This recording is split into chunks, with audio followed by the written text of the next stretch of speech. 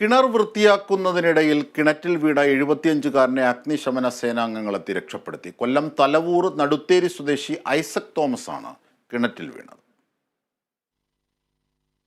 കഴിഞ്ഞ ദിവസം വൈകിട്ട് 7 മണിയോടെയാണ് തലവൂർ നടുത്തേരി സ്വദേശി ഐസക് തോമസ് കിണർ വൃത്തിയാക്കുന്നതിനിടെ കാൽവഴുതി കിണറ്റിൽ വീണത്.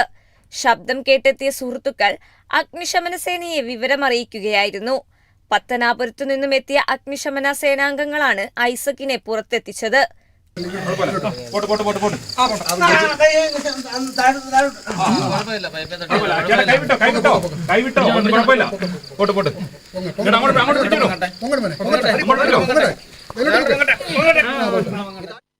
ഐസക് തോമസ് വീട്ടിൽ ഒറ്റയ്ക്കാണ് താമസം. ഈസ്റ്റർ ആഘോഷത്തിനിടയിൽ കിണർ വൃത്തിയാക്കാൻ ശ്രമിച്ചതിനിടെയാണ് കിണറ്റിലേക്ക് വീണത്.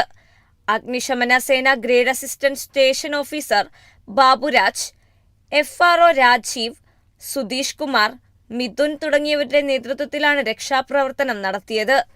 കേരള വിഷൻ ന്യൂസ്, കൊല്ലം.